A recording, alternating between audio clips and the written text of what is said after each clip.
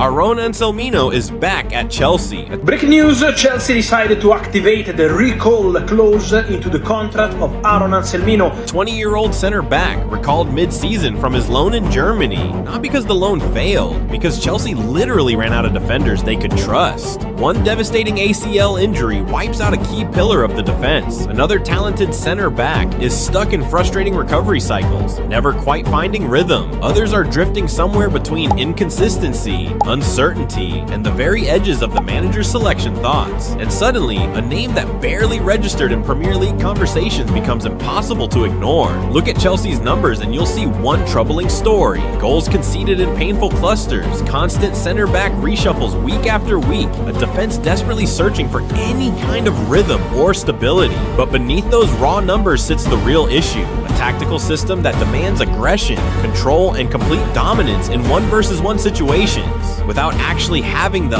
personnel to sustain it consistently. Because under Liam Rosenior, this isn't about sitting deep and just trying to survive matches. It's about playing high defensive lines that leave space in behind. It's about center backs who can sprint repeatedly, step out confidently to win the ball, dominate physical duels, and still build play calmly under intense pressure. And here's what most people completely missed while focusing on the defensive issues. Before Chelsea recalled him, Anselmino wasn't struggling or drowning at Dortmund. He was winning his duels, covering serious ground, defending big spaces, quietly justifying exactly why Chelsea had tied him down to a 7-year contract before he'd even played a full season of senior football. This isn't about hype or potential or some exciting prospect. This is about understanding why Chelsea bought him in the first place, why the Dortmund loan actually mattered for his development, why Rosenier's system changes absolutely everything, about what Chelsea need from their defenders, and why this so-called experiment with a 20-year-old could genuinely end up breaking the rhythm of the entire Premier League title race.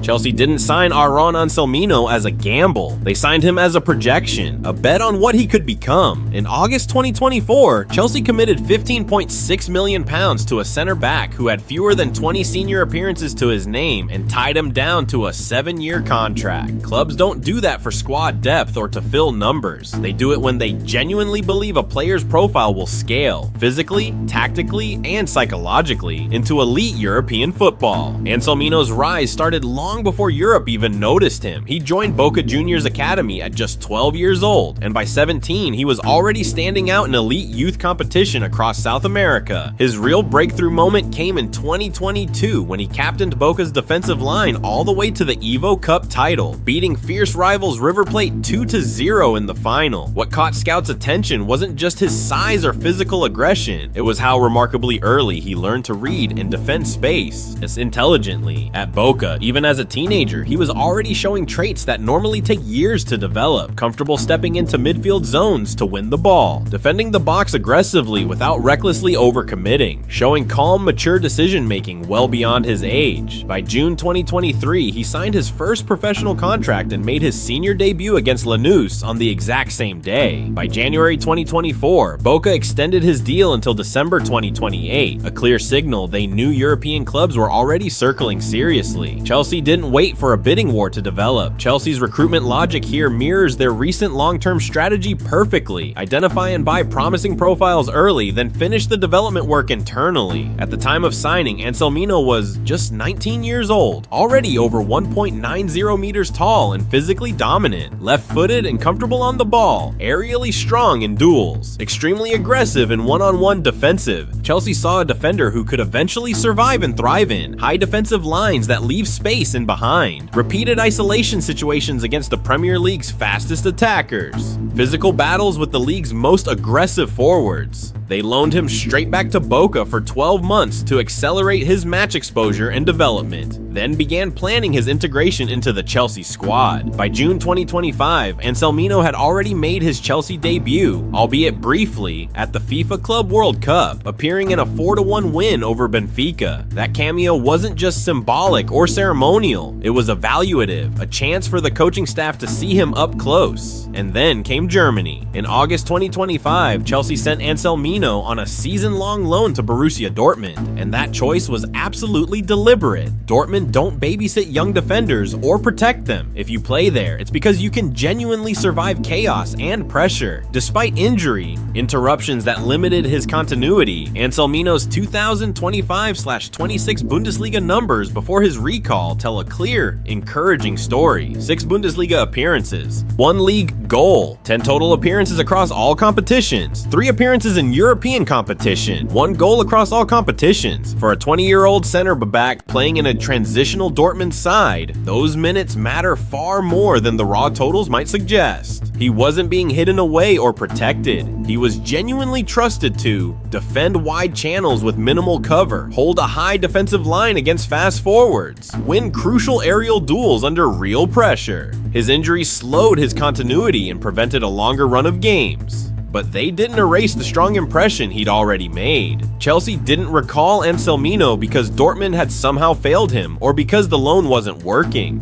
They recalled him because Dortmund had actually confirmed exactly what Chelsea already believed about him. This wasn't a prospect drowning at senior level, struggling to adapt. This was a defender already operating comfortably at Bundesliga speed and intensity in a demanding system that ruthlessly punishes positional mistakes. When Chelsea's defensive situation collapsed, through injuries, inconsistency, and growing trust issues, Anselmino became the one available option who ticked 3 crucial boxes simultaneously. Physically ready to handle Premier League demands right now, tactically educated from his time in the Bundesliga, mentally aggressive and confident enough to sub up. That combination is genuinely rare to find in a 20-year-old defender, and that's exactly why this recall matters so much, because from this point forward, Anselmino stops being just a future plan or a development project and becomes a genuine present tense solution to Chelsea's defensive problems. Chelsea's decision to bring Aarón Anselmino back early isn't some romantic bring the kid home moment. It's the kind of move clubs make when the center back room looks completely full on a team sheet, but in reality, it's actually full of question marks and ifs. Because yes, Chelsea are sitting 5th after 23 league games, and they've conceded 25 Premier League goals so far. But the bigger, more worrying problem is how those goals are actually happening. Constant reshuffles forcing different partnerships, different defender profiles being asked to do different jobs week to week, and a defensive line that never gets anywhere near enough continuity to feel automatic and instinctive. And when your defensive structure isn't automatic in the Premier League, the league doesn't forgive you. It actively targets you.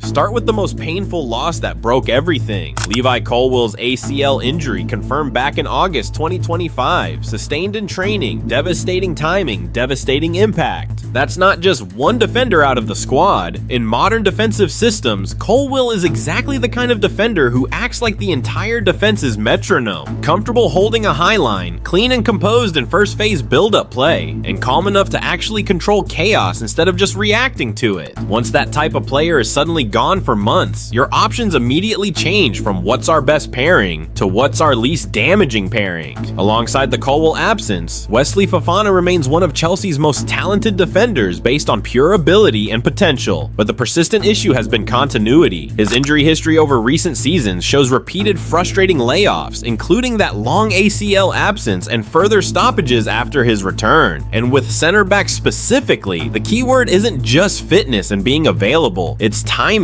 Even when a defender returns from injury, you often see the exact same pattern: early sharpness in physical duels, but noticeable hesitation in controlling the defensive line, and those crucial half seconds of uncertainty in transition moments. Chelsea's system simply can't carry those half seconds because it demands that defenders defend space proactively, not just react to bodies. Further complicating matters, Trevoh Chalobah's story this season highlights both hope and uncertainty. Recent analysis has highlighted his resurgence and how Chelsea have looked inward for solutions rather than constantly shopping in the transfer market. But even with improved form, the tactical reality remains. Chalobah has been moved in and out of different roles over the years: center back, wide center back in a back three, even emergency cover in completely different structures. When a player is constantly being retasked, inconsistency isn't always about talent. It's the inevitable result of never having one stable defensive identity. So Chelsea can absolutely use him. They build the entire defensive line around him as the fixed reference point. That's a genuinely different question. Then there's Tosin Adarabioyo, a solid Premier League level defender who faces a specific challenge. The modern Chelsea job description at center back is absolutely brutal. Defend huge spaces when the line is high. Be secure in first phase build-up under pressure. Win aerial duels consistently. Survive repeated isolation against the league's fastest attackers. His season output shows involvement, but the issue isn't that Tosin can't play. It's that the margins are razor thin in a proactive system. If your center back profile is even slightly misaligned, the Premier League will ruthlessly expose it, especially against teams that press high and counter with pace. Adding to the uncertainty, widespread reporting indicates Axel Disasi was frozen out earlier in the season, then later brought back into first-team training under the new coaching setup, but that doesn't automatically restore trust. When a player's standing has been damaged, whether by form, fit, or internal decisions, the manager faces a difficult choice. Do I genuinely trust him in Premier League chaos, or only use him when there's no alternative? Chelsea recalling Anselmino tells you which direction this is leaning. Even with Disasi training, they still desperately wanted another ready-now option. Finally, there's Josh Akeampong, the genuinely exciting one, the clean slate option with no baggage, no injury scars, no history of being exposed. But reporting around Anselmino's recall reveals something important. Bringing Anselmino back could directly impact Akeampong's immediate pathway, which tells you the club see him as a long-term asset to protect, not an emergency fix to throw into high-pressure minutes. That's not an insult. It's Chelsea being realistic about what the Premier League does to young defenders exposed too early. It magnifies one bad spell into a month-long narrative, because Chelsea looked at the entire picture and saw Colwill out long-term, Fofana's elite ceiling repeatedly interrupted by injuries, Chalobah and Tosin usable but not guaranteeing week-to-week stability, Disasi's trust and usage unclear despite training return, Akeampong is promising but needs protection. And then they looked at Anselmino's Dortmund loan and saw a defender who, despite injury interruptions, had already played senior football in Germany at a high level with measurable output. 6 Bundesliga appearances, 1 goal, 48 tackles won, 11 aerial duels won, nearly 47 kilometers covered. Records show 2 injury layoffs, interruptions, yes but not a collapse. So Chelsea made the most logical crisis decision. They recalled the defender young enough to keep growing, but already seasoned enough to survive Premier League intensity right now. Liam Rosenior's football has one non-negotiable requirement. Your center backs must be able to defend big spaces and help the team play through pressure. And right now, Chelsea's squad has far too many defenders who can only reliably give you one side of that job, not both.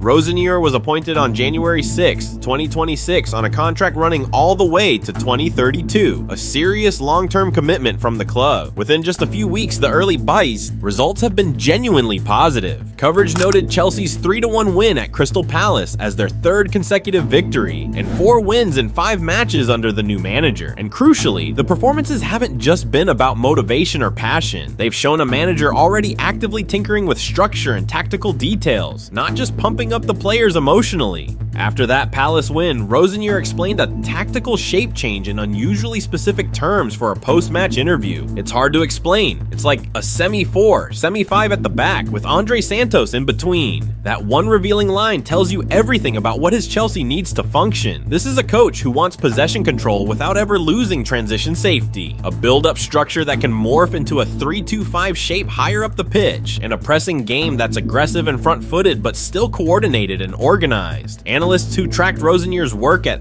Strasbourg described a build-up approach that creates a 4-2-5 shape initially and then morphs fluidly into a 3-2-5 as the team advances into the attacking third. And tactical breakdowns of Rosenior's early Chelsea work note the clear intent to keep a familiar core identity while introducing intelligent tweaks. So, what does all that actually mean for a center back in practical terms? It means your CB is repeatedly being asked to hold a higher defensive line, which means more dangerous space behind you to protect, defend wide channels in isolation when fullbacks step forward or invert into midfield, and play passes that actually beat the first line of pressure, not just recycle possession sideways. That's exactly the profile and skill set that Anselmino's Dortmund loan spell was actively training and developing.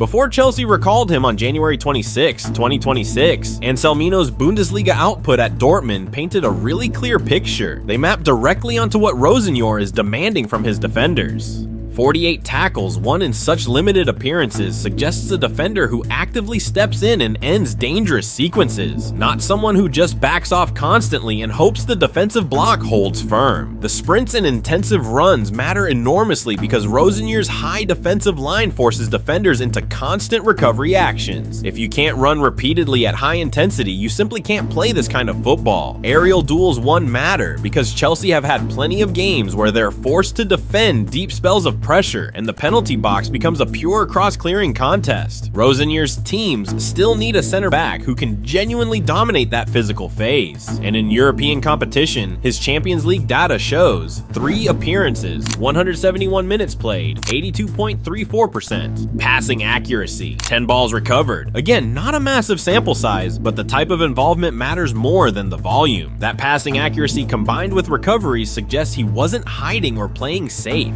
He was actively participating in build-up phases and making defensive regains. Here's the clearest way to understand Anselmino's specific value in Rosenior's Chelsea. First, as the space defender in a high line. When Rosenior pushes the team up the pitch aggressively, Chelsea's center backs absolutely must defend the huge space behind them with pace and intelligent timing. Anselmino's Dortmund numbers show he's already operating at high physical intensity. The sprints, intensive runs, and top speed all prove it. That matters because Chelsea's current defensive problems haven't only been about box defending and set pieces. They've been those horrible moments where the press gets broken, the midfield gets bypassed with one pass, and suddenly the center backs are defending a desperate sprint duel while facing their own goal. Rosenior simply can't stabilize that vulnerability without at least one CB who's physically built for it. Second, as the duel winner who allows Chelsea to press harder without fear. Aggressive pressing only works sustainably if the backline can win the first physical duel behind the press when it gets broken. Anselmino's tackle-winning volume in the Bundesliga, 48 tackles won, points clearly to a defender who's comfortable stepping into physical contact and ending dangerous plays early before they develop. That gives Rosenior genuine permission to press higher up the pitch because the team knows the defender behind them can reliably clean up. Third, as a build-up enabler in that semi-4/semi-5 structure Rosenior described. If Rosenior is using a midfielder like Andre Santos to drop in between the defense and create that semi-back 5 shape, then the outside center backs become even more technically important. They receive the ball cleanly under intense pressure. They must find vertical passes that break lines, and they must resist the natural temptation to just panic and hoof it long.